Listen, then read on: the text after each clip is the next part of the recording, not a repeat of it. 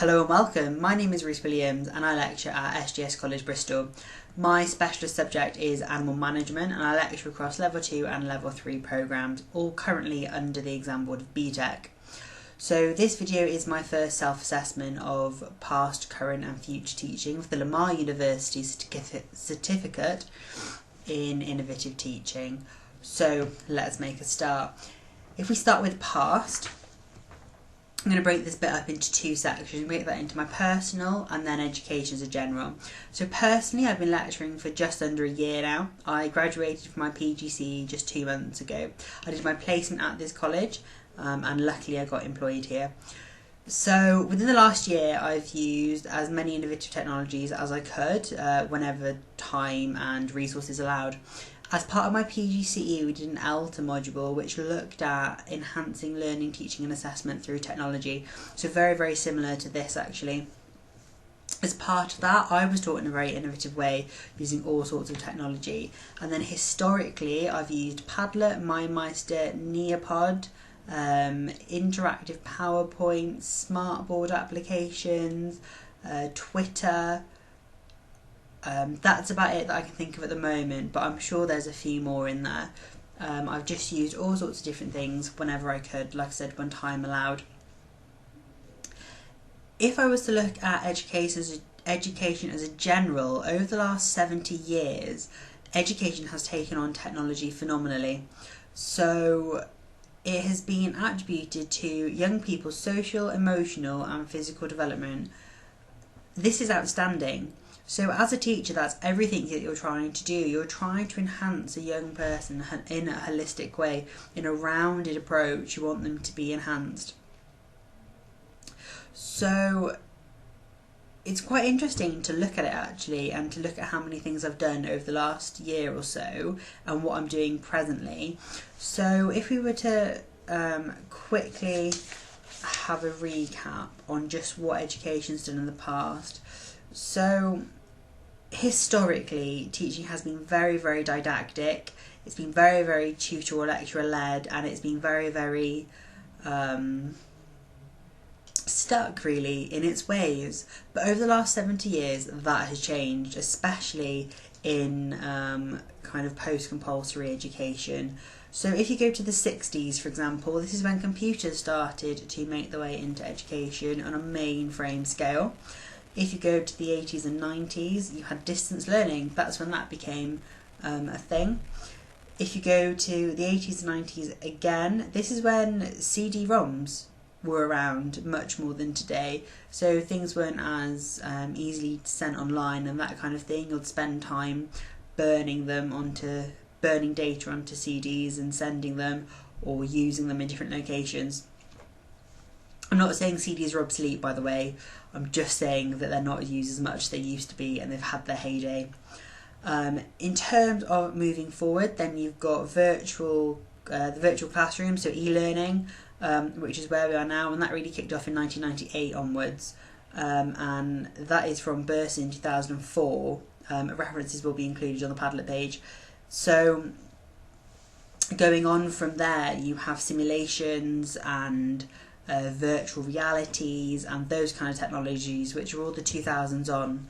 And virtual reality just recently has made a huge leap forward, where anybody can now purchase a VR headset from well-known retailers, which is fascinating, isn't it? And it's such a step to the future. So you look at why education has done this, and that's really, really interesting as well.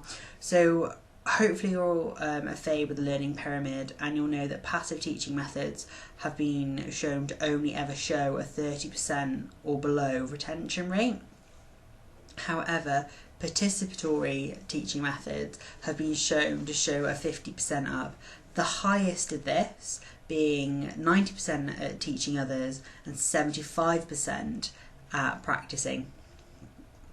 So that is from May in 2017, the teaching pyramid that I've used. And a quote to go along with that is, "Make your friends your teachers and mingle the pleasures of conversation and the advantages of instruction."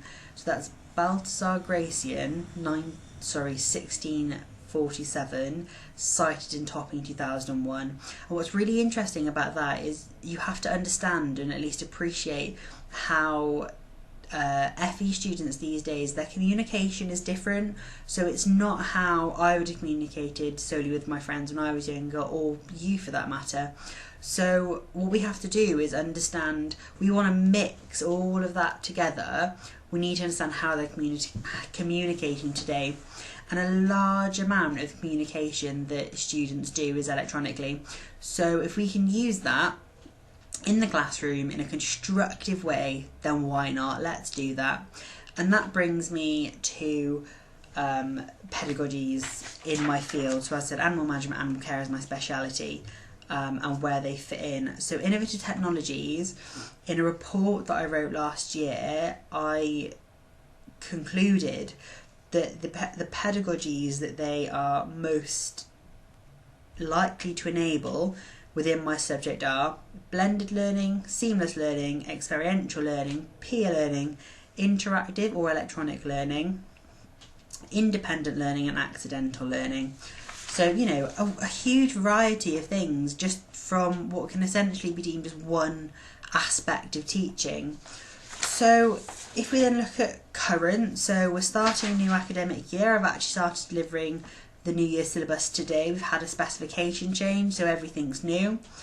And today, straight away, using Padlet, putting something out there, assessing the students in a way that is innovative, and assessing them on how they can use a computer and their phones and that kind of stuff. So I've probably had about a 75% split of students, 25% on computers and 75% on the phones, simply because that's what resources allowed. So moving forward in this academic year, I plan to use as many of the previous technologies that I've deemed to be successful, but I do also plan to use some new ones where I can. So I'm hopefully going to be able to use some different software that's out there to make my lessons more interactive, more engaging, and just to help the students out a little bit where I can. In terms of moving forward on a general education scale, I think the opportunities are absolutely phenomenal for education to embed innovative technology into what it does every single day. I mean, you can embed so many skill sets when using technology. It's quite unreal, and the ways in which you do it get students involved and engaged, which is really, really nice. Last year I used Neopod quite a lot, and actually some students that I had really struggled to get motivated and to get engaged and to get work out of, suddenly it was much, much, much easier, because to them they were just typing on their phone. To me they were producing high quality work, but actually seeing them do what they did and seeing the difference in them was really nice to see. And that's, you know, one of the reasons that I fell in love with technology, that you're engaging with something that the students are engaged with and trying to teach through it, rather than trying to teach in a way that they don't want to be taught anymore. And if you don't want to learn, then you won't learn, no matter what someone does. So what you need to do is get the student in a mind frame, doing whatever you can. In this case, it's innovative technologies, to enable them to want to learn, and then you're on a start, and it's through that that you'll hopefully be able to get them through your course. So if we kind of sum it up there, really, previously I've been quite lucky and done quite a lot, and education, summing that up, it's made a huge step in 70 odd years. Currently I'm doing everything I can and looking for other ones to embed, and in the future I hope to embed them. What's really interesting, and something that I'll always remember, is that the current population of young people in the UK are referred to as the snowflake generation. So they're all individual, is what that means, and I think that's absolutely true. And I think trying to cater to the needs of up to 30 learners, when you are trying to, you know, teach a lesson on something, in the old-fashioned didactic way, that's almost impossible. However, through technologies, small differences can make a huge difference. So for example, you might have a learner who needs the font enlarged, well, they can enlarge the font really easily, or a different colour background, 2 seconds, it's done on a computer. Loads and loads of different ways you can track and assess and teach, and the possibilities are truly, truly endless. So I'll sum it up there, and I'll leave it at that for the time being, I think. And I look forward to the next episode. Thank you.